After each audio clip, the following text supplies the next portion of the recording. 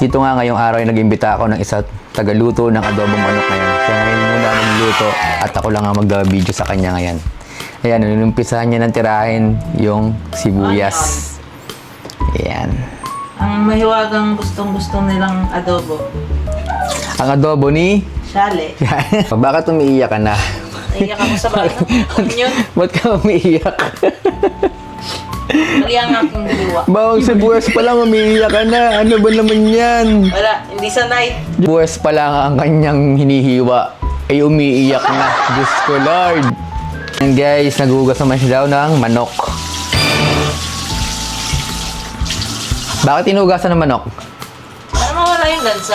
Magaling. Ayan. Ayan, nagluluto kami ngayon ng aming dinner. Almost, na kami dito, 1 hour na kami luluto.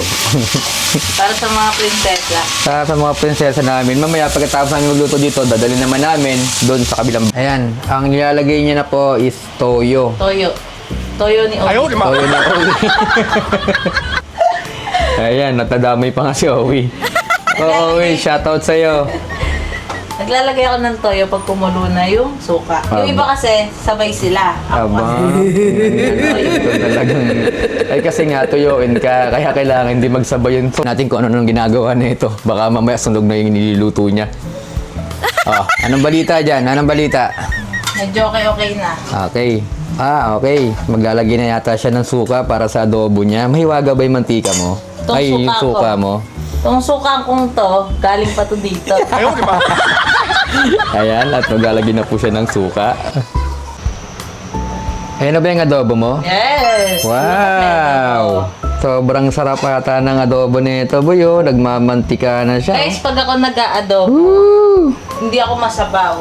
Yeah. At ito na nga yung finished product namin. At dito ay tuluyan natin titikman. Ipapatikim natin sa kanila ang sarap ng ating nilutong adobong manok at iba pang niluto natin kanina. Kaya tara, samahan nyo kaming kumain.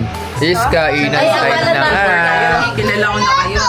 Eto guys, kumakain na sila ng aking luto kanina.